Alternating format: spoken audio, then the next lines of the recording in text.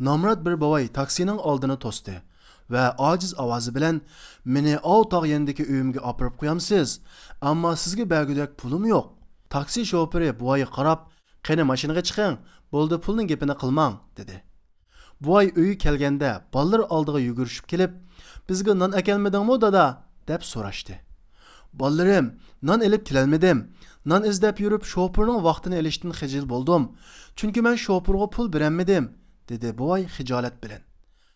Bechora buvayning gapini anglab qolgan shofer yigit navoiyxonaga berib 5 xaltadan elib ularga opirib berdi.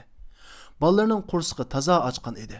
Ballar nonni to'yg'icha yeyishdi. Buni ko'rgan shofer yigit ko'ziga yosh oldi va shahar ichiga kira qilish uchun yurib ketdi. Bir sayohatchi mashinani to'sib aerodromga chiqadiganligini aytdi. Shofer yigit uni aerodromga yetkazib qo'yganda, sayohatchi aslida 500 junih berishga tegishli turibmi, 2000 junih berib ketib qoldi. Yana bir yo'lovchi oldini to'sib, ma'lum bir dangliq mehmonxonaga olib qo'yishni aytdi.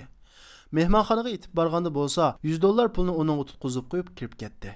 Shofer yigit Talla bozoriga kirib, tatliq turum mevichi va go'shaq elib, heliqi buvayga olib bermoqchi bo'ldi. Chunki u o'zi kelgan bu omadlarni heliqi buvay qilgan yaxshiligining Allohdan kelgan mukofoti deb biletdi. Ulug' Alloh mundoq deydi: Kimki Allohga qarz hasana, ya'ni Allohning yo'lida pul malni xushallik bilan sarf qildikan, Alloh uningga necha hassa, ya'ni 10 hassadan 700 hassagacha ko'paytib beradi. Alloh sinash uchun ba'zi kishilarning rizqini tor qiladi, ba'zi kishilarning rizqini keng qiladi. Qiyomat kuni Allohning dargohiga qaytirsinlar. U Talla bozor ichida bir do'sti bilan uchrashib qoldi. Do'sti uningga uyida o'tkazmoqchi bo'lgan ziyofatga qatnashib berishni talab qildi. Shofer yigit uning uyiga bordi. U ziyofatda nurg'ulg'an isrofchiliklarni ko'rdi. Do'stining hashamatchilik bilan faxrlanib, dasturxonni turli yemekliklar bilan to'shqizayotganligini ko'rib, ko'ngli bakmi yerim bo'ldi. Ziyofatdan keyin nurg'un tamoqlar qo'l tegmasdilla eshib qoldi. Shofer yigit bularni elib heliqi buvayning uyiga keldi va o'zi Talla bozoridan sotib olgan narsalar bilan qo'shib, buvayning qo'liga tutqizdi.